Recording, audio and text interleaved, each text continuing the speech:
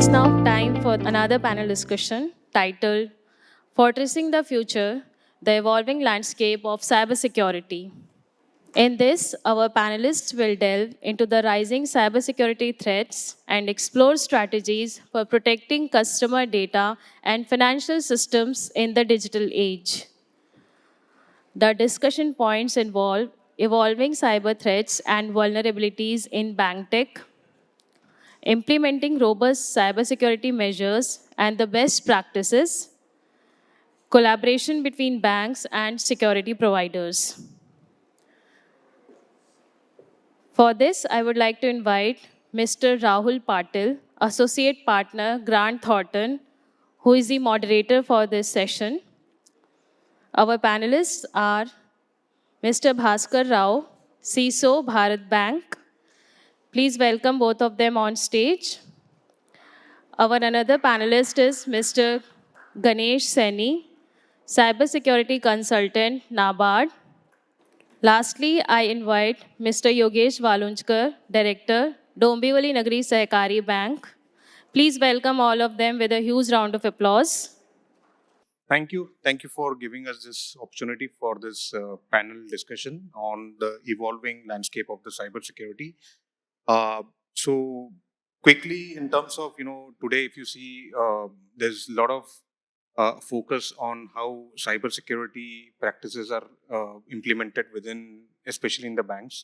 And there's a large focus on the cooperative banks from the regulators as well.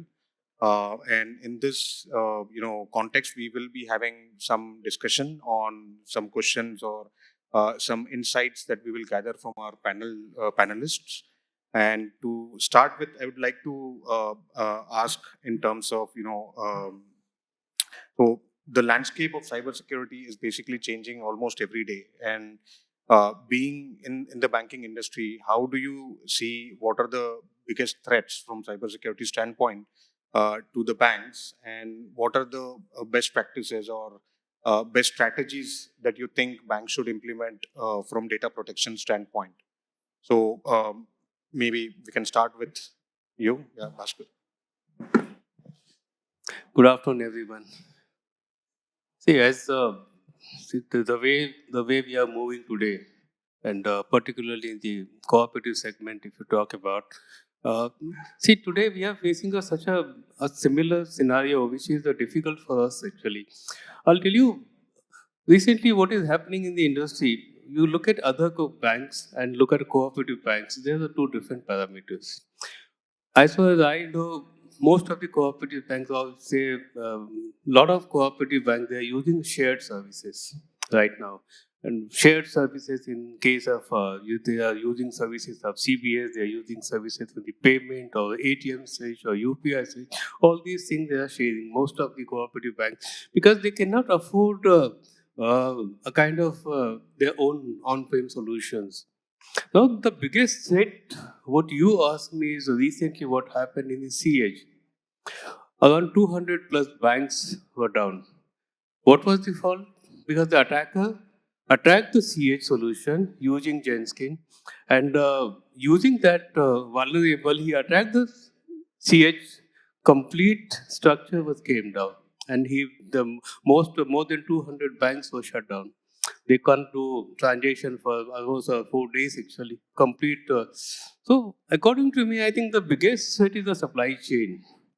See, RBI regulates the banks, right? But they cannot regulate the service provider. So this is our duty to get the work done from the service provider, because all the vulnerables are to be fixed by the, because see, one small instance pulled down 200 banks. Right. We cannot do the transaction. So that's the biggest threat, I think, according to me. This is the one. Apart from that, if you see, there are multiple things. What we are being a banking sector, we have to look at many things. And the regulator is also mandating a lot of things right now. When you talk about mobile banking, see, a lot of things are happening in the mobile banking because people are taking remote access of the mobile, they're executing the transaction without the knowledge of the users. So even regulator has sent a circular that we should have a security wrapping for the application, so that anybody tries to take remote access of that application or remote access of the mobile, he should not be able to do that. So such kind of security layers, because this is happening every now and then nowadays, so many people are losing the amount. So there are applications available wherein you can actually do the security wrapping of the application, so that it will not allow the hacker to use the mobile application, right? Suppose if there's a vulnerable, it will not allow the customer also to use the application. It will check whenever you are starting an application, it will check for the vulnerable on the surface, and it finds any vulnerable on the surface, it will automatically not allow even the user also. So such kind of things which is required. Since we are using third-party services, so this is our responsibility to get the work done from this third party. So such security is actually mandated now. So it has come. In one of the alert, RBI also raised it. And this is our duty to actually get it done from the vendor. So although we cannot do it, but we have to get it done from the vendor. That is one of them. See, apart from that, there are multiple things you talk about. Today, what is happening, you look at API. API is one of the biggest vulnerable, because we don't know who is doing what. And hackers are more smarter than us nowadays. Often overlooked kind of an area. Yeah, they have become more smarter. See, what is happening nowadays, the developers have, for example, they are copying a code from the GitHub or somewhere, they copy, they change little bit and again put it in the supply chain. Now in that scenario, the hackers, what they are doing, they are changing the code in the GitHub level. And when you download it, automatically the moment you click on submit, one copy goes to the bank, another copy goes to the hacker. So such things are happening. So there's a lot of things are there, and we need to look at it. Seriously, we need to look at it. Being a cooperative bank, even a single intrusion will create a problem. If you see the headline, what has come, the headline was 200 cooperative banks are not able to do the payment. The headline was not about CH. It was about the 200 banks. Although there was no responsibility, there was no issue from bank side actually. But the thing was done by the CH, but the headline was 200 cooperative banks not able to do the transaction. So these are the biggest threat, and the image responsibility of the bank to maintain its image also, and protection of the image is more important. Those things are there. There are multiple things which we can. Right. So just to add on that part, as third party has already discussed. So one important thing, the use of technology. The technology which we use, we reliance on that without thinking that how much it can disrupt. So leaving apart from the banking, if I take an example that in the news 3 days before that someone has manipulated Chat GPT, that it have delivered the process to create a bomb. So that's the use of technology, and especially when we talk about the small banks, they use technology without even thinking what can be problematic, without thinking if we take from a service provider, what can be there is means that downtime or anything happens on the vendor side or the third party side, what can be a problem to us. So we are using technology without thinking that what can be deception to us. So that's a one important part, that area. The second challenge is I've talked about, still we are not able to address the user's problem. So when we talk about the security of the endpoint at the user end, so still that we are not able to address that. Like it may be a phishing or at the user's end, or it may be a malware in the user devices. So still there are a lot of problems in that banking domain that we need to address for safeguarding our customers. Yeah, I think compliance is a mindset. Our entire life is covered by compliance. Okay, right from our childhood, every day. Okay, we are following certain compliance guidelines, and if we look at it, that compliance ensures that we live a healthy life. Okay, so that mindset, I think that every organization should have. Okay, the compliance is to ensure that banking goes smoothly, interest of the depositors, interest of the investors is protected. So this mindset has to change from the top. Every change, if it has to be constant, it has to come from top, okay, and not from bottom up. It has to start from top. तो पहले management को ये समझना है कि ये compliance जो है ये इंश्योर करने के लिए है कि मेरा बैंकिंग स्मूथ चलेगा. For example like as I said, we are driven by compliance. Our entire life, we have different types of compliance we do proactively. जैसे बचपन में where I was staying in Chaul, there was no concept of safety door. Everybody was going in anyone's house, okay? But then we transformed to flat system. Then come the safety door, then come the latch, then come the CCTV, then come the watchman. This all is ecosystem of compliance to ensure that we have a safe life.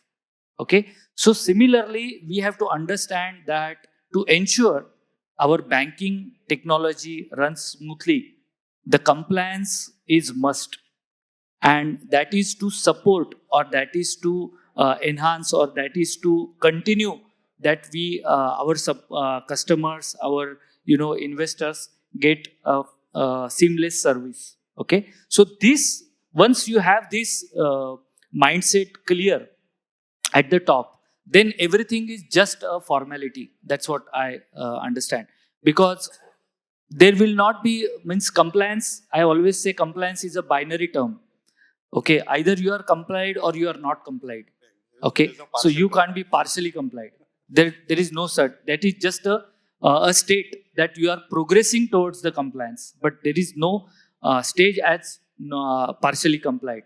So if the board understands this precisely, and then they direct that if I have to sustain and if I have to grow, I have to comply. So then the entire thing, the all the processes, all the solutions, what we need.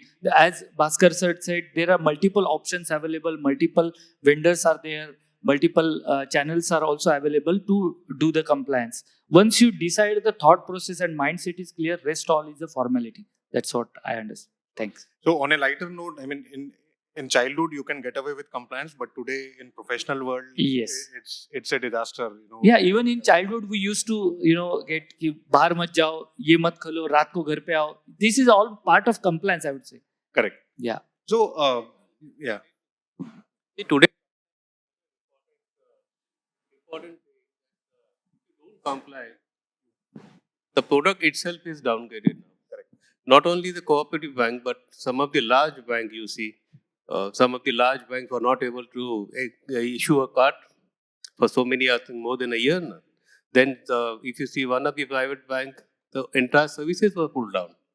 So this is the most important area today. Compliance is must. We just cannot ignore it actually. And in fact, I would say rather there are many applications are available nowadays in the GRC level also. So we should think on those applications, and compliance is must. We cannot ignore it. If it can come to the private bank, then we are a small bank. Then those, and we are more vulnerable than private bank because they are having a money, they are having a people, they can manage it. But what about us? Do we have so many people to manage it? And ultimately, we are depending on third party, all those things. So it's a need of the hour. Yeah, and very good insights. In fact, a few years back, cooperative banks were not in the focus in terms of the external hackers and all that also, right? Today, there's a lot of zest to basically get after this, cooperative banks as well, this kind segment of the banking itself. And third parties become very critical while there have been a lot of controls that needs to be put in and all that. Especially after this incident, do you think banks should look at certain controls or certain processes to be implemented to protect bank? I understand, I mean, there's budgetary constraints, there is a OPEX model against CAPEX and all that. But do you think from, safeguarding the bank for the incidents that happen on the third party side, much of the infra over there is not under your control. So what do you think are some of the good practices that can be implemented to protect banks from such kind of incidents which happen at the third party? Apart from, any one of you can. Yeah. Again, it boils down to the mindset. Okay. I think the board should have zero tolerance mindset on compliance. We should not have any kind of tolerance. We should not accept as a board, okay, to the compliance, because many times एक ऐसा ख्याल आता है कि मतलब कितना compliance करे, अरे मेरा आधा से ज्यादा टाइम तो कंप्लायंस में ही जाता है, but you have to have it. See financial risk you can cope up, अगर बिकॉज ऑफ सम इंसिडेंट्स अगर लॉस हो गया बैंक का, बैंक में cope up, but reputational risk you can't cope up. Damage is done, okay, and takes months and years to get back to that level. So that you have to ensure, and with you start with the zero tolerance culture, no, then all things will become streamlined. See, जैसे अगर मेरे को threat है तो threat है, अगर मेरा घर है, मेरा बंगलो है, अगर उसको थ्रेट है तो मैं फेंसिंग बनाता हूँ ना, मैं सीसीटीवी लगाता हूँ, आई put Alsatian dogs and all those things. So ये मैं क्यों करता हूँ? It is just to protect myself. So similarly in a bank scenario, we have to have a similar mindset, and because threat will evolve. और अगर मुझे अगर मैं ये डिजिटल ट्रांजेक्शन्स नहीं दूंगा, यूपीआई, पॉस, ई-कॉम, अगर ये फैसिलिटी नहीं दूंगा, then I will not be in the business. And now many fintechs are available. Many big players are also coming to cooperative banks, and they are offering service on a SaaS model, platform as a service model. So there is an option available, even if whichever bank or whatever your size is, there is an option available to get compliant. So when you talk about the incidents, let me give a brief about the incidents in rural cooperative.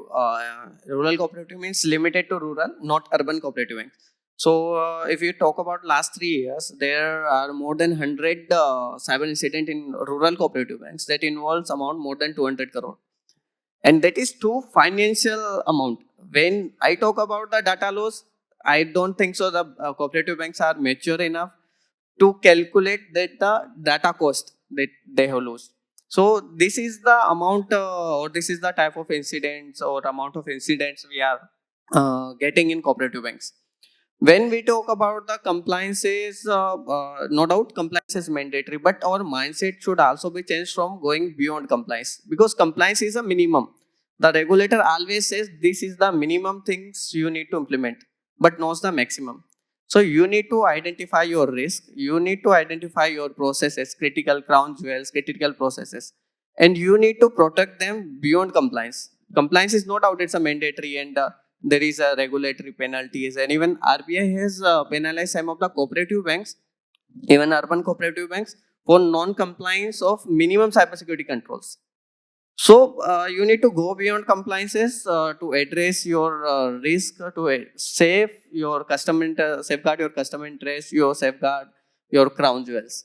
And when we talk about third party, no doubt the third party will going to exist in the banking, and especially in the cooperative banks, which are small, which are dependent on third parties, and mostly some of the banks means most of the banks are on the managed service provider model, MSP.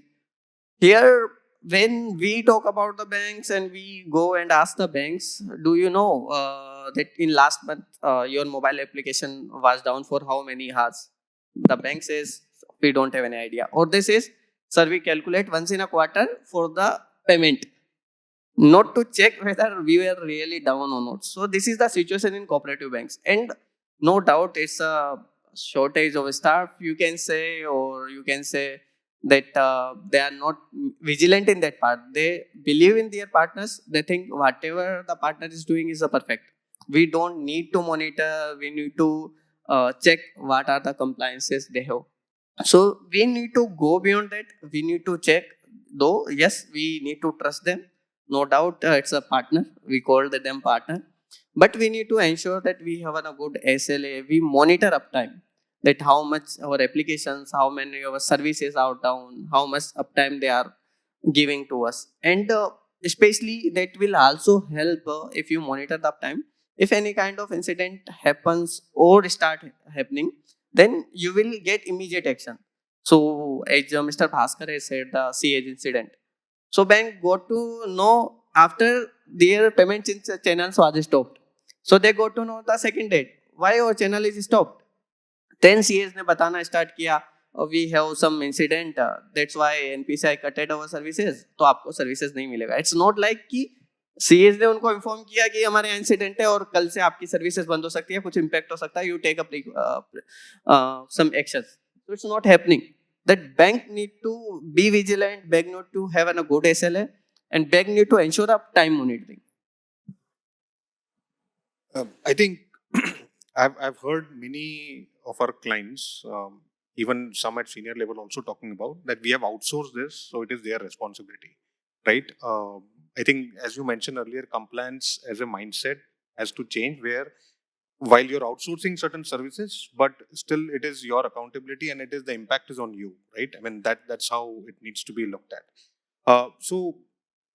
Coming back to again, there are a lot of cost pressures, there are a lot of compliance pressures from regulator, internal auditors, external auditors, and there is also pressure in terms of if there is an incident, how basically what is the reputation risk that a bank carries and all that. With it comes also the lack of or shortage of skilled cybersecurity professionals in the market today. Even the leading banks or very large corporates, firms like us also face a lot of shortage and all that. How do you deal with that, and how do you think that can be handled in terms of shortage of resources and all that? Well, one is outsourcing, but you still need some people that who basically needs to monitor, who needs to look at how the overall cybersecurity posture of the bank is basically managed. See, one thing I would say is bank is a bank. You cannot say it's a small bank or big bank or large bank. It's not like, because ultimately public trusts you. That is why they are coming and putting money with you. So this is the responsibility, is our responsibility to safeguard the deposits of the customer. And there are multiple layers are there. If you see actually, in our case, if I talk about, there are multiple layers. See, compliance is one area where everybody knows nowadays, even in the board level, they say, yeah, tumko jo karna hai, you do it. Because they never say no to that. The awareness has come in the board level also.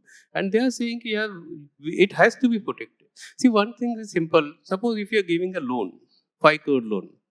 So risk is what? It's a 5 crore. Right? If I'm wrong, correct me. The risk is 5 crore. But if somebody attacking your data center, the risk is bank. So ultimately, we have to protect the entire bank. The responsibility of CISO or security person is the responsibility. We just can't say, yeah, hum log small bank hai, we can't do this, we can't. Those days are gone now. If you don't have, please create an awareness in your environment itself. Put people on the board. If you can't do it, outsource it. But it has to be done. See, I do agree, because even I'm from the same industry, because we are not getting people. Security people are difficult because you get people at some level, but if you go to the upper level, we don't get people. That is the reality. It is there. But you just can't give an excuse that we are not getting people. Ultimately, you have to safeguard your bank. You suppose if something happens, who is responsible? This is bank. The image of the bank is tarnished. What will happen? Suppose if a single intrusion takes place. Look at what happened in the other. I don't want to name anything, but it did happen. Right. Look at the image. What happened to them? Look at one of the large bank where the regulator says you're not supposed to go to do the mobile banking uploading, or rather mobile banking service you're not supposed to give, or rather you cannot give a card service. What will happen to their image? So ultimately, you cannot say that we are a small bank, we don't have this, we don't have that. Ultimately, you have to do it. And see, if you don't have, please hire it with somebody, but ensure that that person is doing all the activity or not. This is our, see what I've given example of CA. This is our responsibility to get the work done, that this service provider is doing this activity or not. This is our responsibility. See, apart from that, I'll just give a brief detail of what we have to do. see, as far as the bank is concerned, we are not doing everything. But this is our responsibility to get the assessment done. You talk about cybersecurity assessment, which is actually required by the bank to be done. You talk about IS audit, which I hope everybody is doing that. Then apart from that, there is something like, suppose if a mobile banking application a person, a company is giving, then this is our responsibility to check whether the codes given are proper or not. Either let the party do it, the source code audit, and submit the report to us. If party is not doing, this is our responsibility, let us do it. The source code audit. Apart from that, there's a vulnerable assessment. There's an application security assessment we have to do. Sometimes we have to check our own infrastructure, whether the attack surface we have, whether it is proper or not. We have to do sometimes intrusion on ourselves also. To check the infrastructure of our own infrastructure. There's something like a red teaming assessment. You do attack on yourself. You do attack on yourself. It's a paid attack basically. And check the surface of your infrastructure, whether it is safe or not. So these things are required, it's a need of the hour. We just cannot say, yeah, small bank, we can't do this, we can't do this. Those days are gone, nobody accepts that. If you want to remain in the industry, you have to do all those things. Otherwise, it is not possible to sustain. So it is there, and a lot of things are there. If you talk about API securities, then event management, so all the source code level, whether it is all the assessments are already assessment is done, all the compliance has done on that. Apart from that, there's something like event management. What you call security event management, all SIM, what we are doing it, all has to be monitored 24/7. Particularly if you talk about UPI, there's a regulatory compliance that bank need to comply 24/7. The monitoring has to be done. It is mandated by the regulator. So there are many regulations have come out. These all are mandated. You talk about mobile banking, you talk about UPI, you talk about CBS. All those things need to be done, whether you are doing or third party is doing. But this is the responsibility of the bank to get it done. If you are not doing, let us get it done from the party, third party. So this is our responsibility to get the work done from the people. Or if you are doing it, then you have to regularly do the assessment. And assessment need to be done at whenever the mobile application is changed, anything is updated in that, then on that time you have to do it. Or yearly twice you have to do it. Source code audit at least once in a year you have to do it. So whenever you are changing anything, the assessment needs to be done at a regular interval. So there are multiple things. Being a CISO, it's a difficult job actually for us, not only to protect our customers, but also to protect our own infrastructure. It's altogether different environment, but when we sit at the other level, BFSI, then you see the environment is different. You sit at the cooperative bank, the environment is different. But we just can't give an excuse that we are a small bank, we can't do that, we can't do. But it has to be done.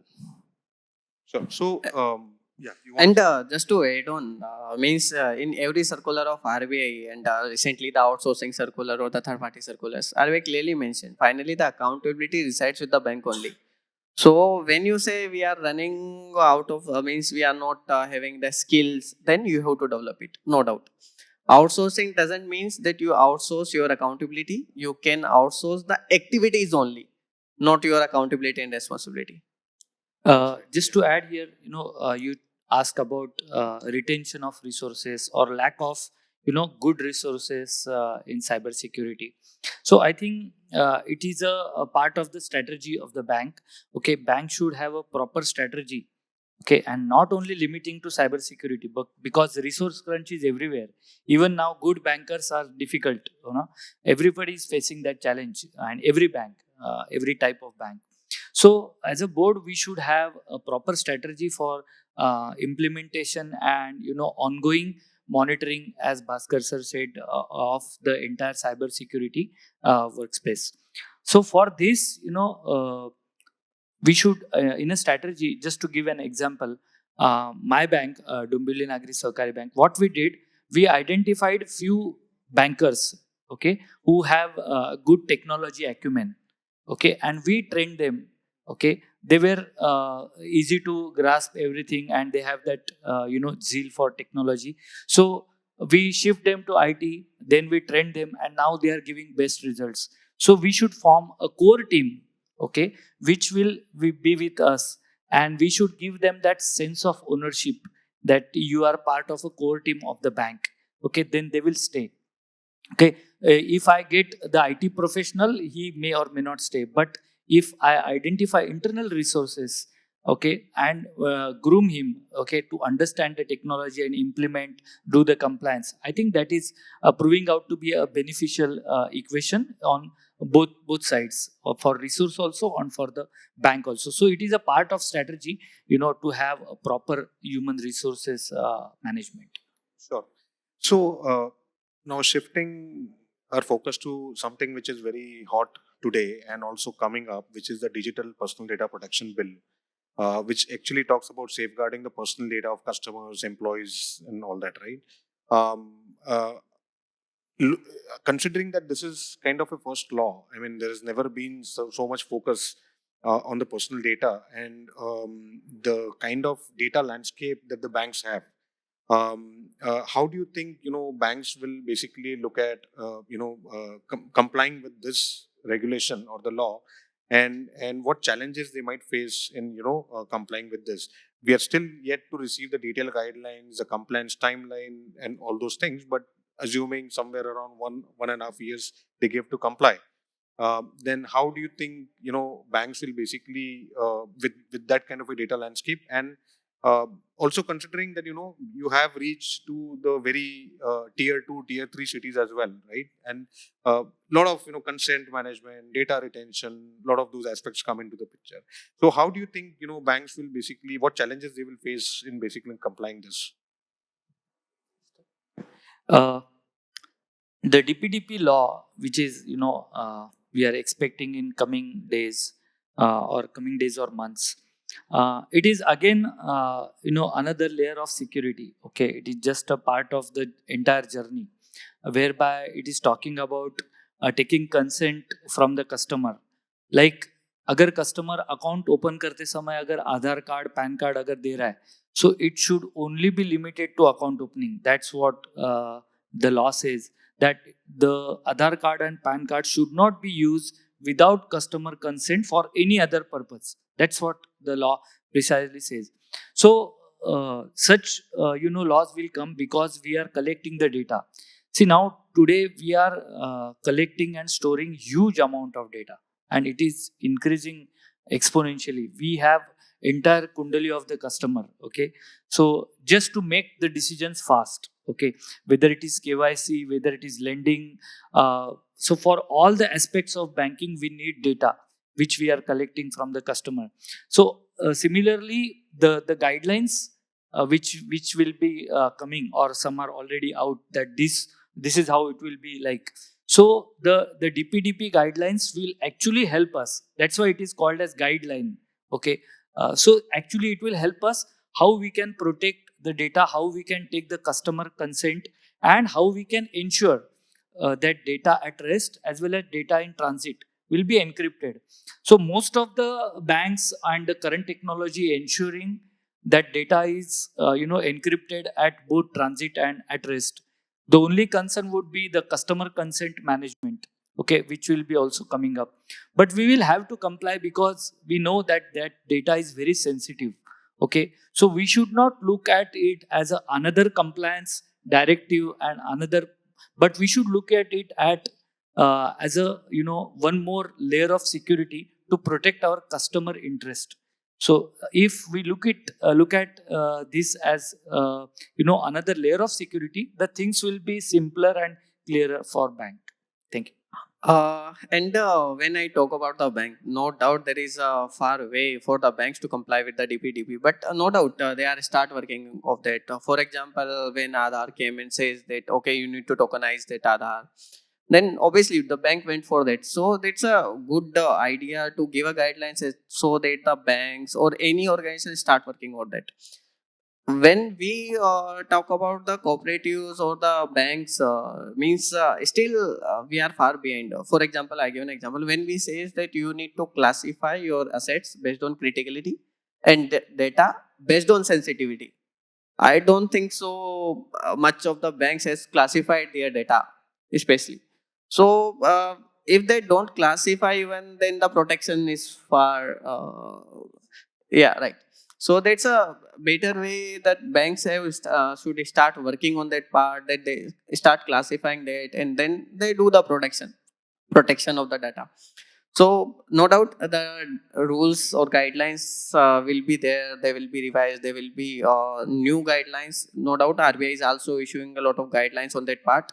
Not only on the data protection, but transaction protections or the payment system data protections. So when we start working on that, according to the guideline, we get better from with times. You want to? Okay. All right. So I think we'll come to the last question. Now, from a future standpoint, right, when banks are defining their cybersecurity strategies, as per you, what are the key aspects they should consider while defining the strategies from the future standpoint in terms of the new evolving threats that come in, and then the landscape that will change as we move forward, and based on the learnings that we might have, till today. So, what are the top 2, 3 aspects that should be considered while defining the strategies from a future standpoint?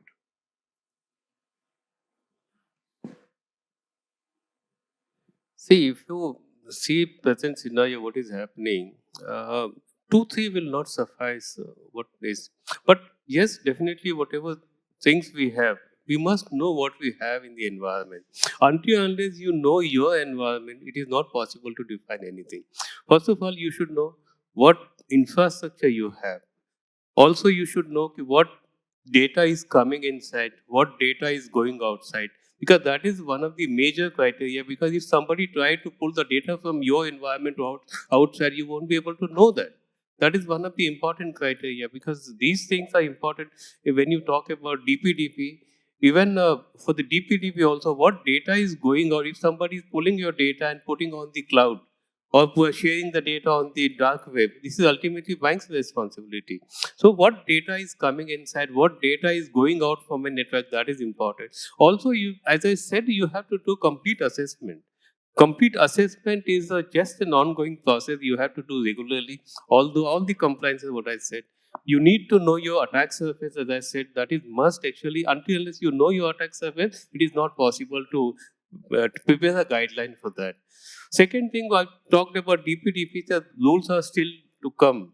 But the important criteria in that is the consent management. This is one of the major criteria, because how to get the consent from the customer is that we need to define. Before that, we need to assess our environment also. In the DPDP environment, what data we have, what encryption level we have, what are the parameters we have taken, what security levels we have taken, and what are the things we are using right now. Because the data, whether we have done encryption level or not, within the other related data we have, what encryption level we have used, it other rather we are copying in that our database in that, then what about Aadhaar Vault, whether we are using Aadhaar Vault. Those all security layers need to be added in that. There are multiple things if we could talk about, like we being a bit larger bank, so we do regular assessment continuously on every level. We do red teaming, we do source code, application security, VAPT. Apart from that, we do there was a circular on DPSC. We are working on a DPSC assessment. Now we are working on a DPDP assessment also. So these things you have to do it, because until unless you know your environment, you won't be able to define it. This security is an ongoing process. Yesterday it was different. Today it is the higher level, because hackers are more and more smarter. The way they are attacking today nowadays, they are attacking using AI. Earlier it used to be like if you want to have a brute force, they used to do brute force earlier different, but today they are using AI for the brute force also. And because you don't require a person to be there, the way they are using AI, the way they are using machine language, this is unbelievable. And the way the attacks are taking place, you see every now and then. Recently, we have seen FortiGate, a security company. Even the data is gone out from the FortiGate company. Talk to anyone, you talk about a small mistake from CrowdStrike, it pulled down the entire world. So it is our responsibility to keep on updating. The patches need to be updated properly. All those things need to be done. And if you have any machine which is which is outdated, that should not be in the network. And also you should have what you call an environment wherein suppose somebody puts any laptop in your machine, that should not allow to come to your network. That is something like network access control. Suppose somebody is coming from outside, a vendor is coming from outside, he's putting a laptop in your environment, then automatically the machine should be discarded and it should put on the quarantine until unless security person allows that, yes, this is our machine. Not only that, even you are buying a new machine, it has to be approved in the network access control. So access control is become one of the major, because what to add, what to not add, that is the responsibility of the bank. Similarly, if you see, there were some incidences relating to ATM. The hacker used a hard disk and he pulled the data from the data center using the ATM care network. Even the segmentation has to be done. When you talk about segmentation, RBI mandated network segmentation. But when I'm talking about, this is the micro segmentation. Micro segmentation, what it does, it segregate each and every server into different segmentation. Even if the attacker is attacking, he will go to one particular server, but he won't be able to go from one circle to another server. He won't be able to. If you want, suppose if he is attacking an application server, he wanted to go to a database server, he won't be able to do that because the micro segmentation is such a way. And again, he has to do it. He has to go to database. He has to do the entire process again to go to databases. So that micro segmentation is one of the major thing which is the need of the hour in that. So there are multiple things we need to work on it, and I don't know, but these things are there. Segmentation is one of the most important criteria which needs to be done. Endpoints are one of them, because any endpoint to which we are not updating on a regular basis, even that will create problem. It need to be done on a regular basis. Endpoint EDR solution you talk about, the XDR solution, maybe that's a costly affair, may not be feasible, but EDR is a must for us. So like this, there are many things are there. We need to do it. In a security level, if you talk, there are multiple things. We keep on talking on that, but we need basic things we definitely need to implement. And when we talk about the strategy to counter such kind of, when we have an AI-based attack, defects, and now the quantum computing. So I was just wondering, if the quantum computing merge with an AI, what will be the impact? So no doubt, we should have a good strategy. We should use automation and the same AI in the benefit, so we can counter the attack generated by AI-based cyber attacks or the defects.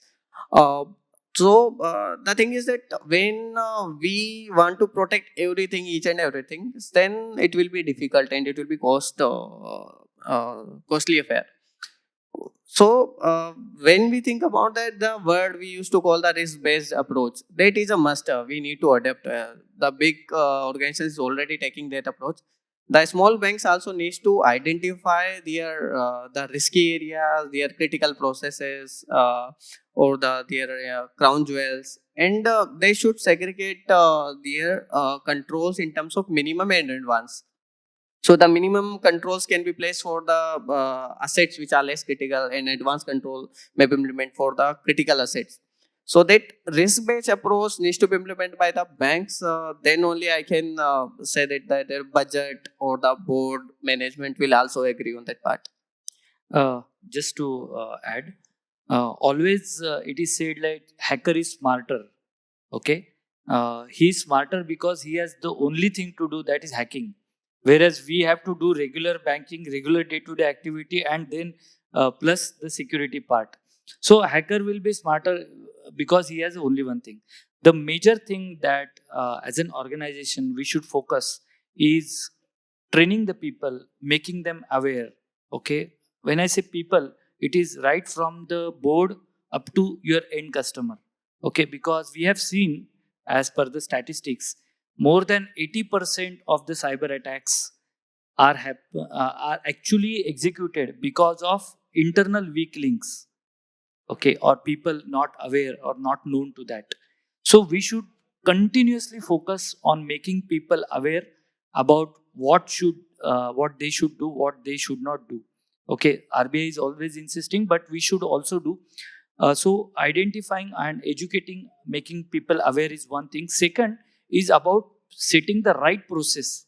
अगर कल मेरे organisation में incidence हुआ, unfortunate होना नहीं चाहिए, but अगर हो गया, what readiness I should have? Do you have documented process? Okay, for that. So we all should have such processes documented. So in a scenario, there should not be, if incidents happens, we should recover at the fast. There should not be chaos. Okay, that is what is expected. And if you have proper people trained and the process is defined, then the technology will play its role, and we can ensure that you can minimize such incidents. Of course, you can't make it zero, but you can definitely minimize to a great extent. Thank you. Sure. Yeah.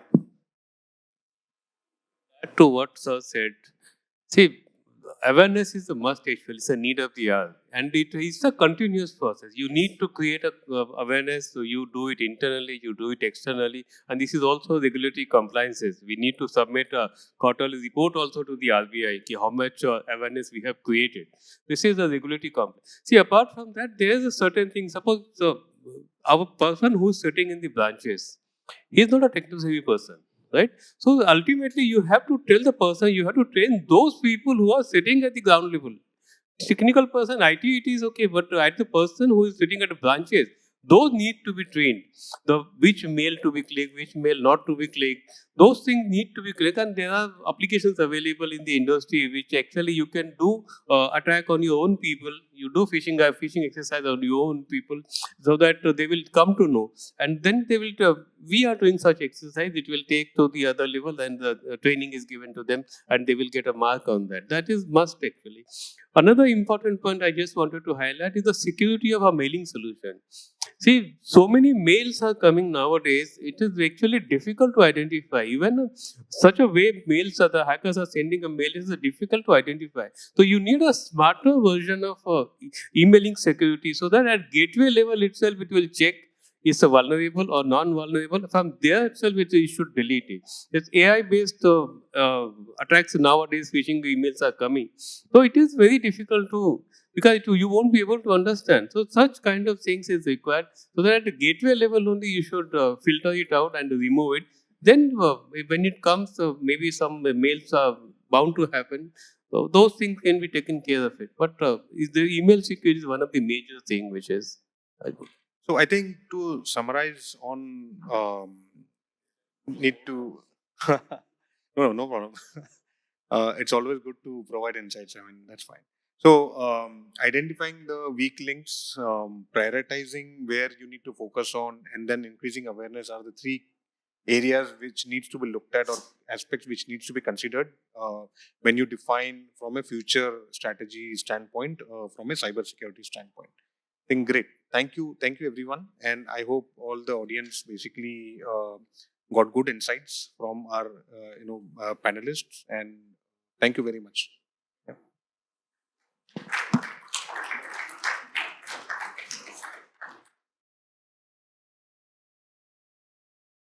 Thank you, dear panelists. I would now request the moderator, Mr. Rahul Patil, to present a memento to Mr. Bhaskar Rao.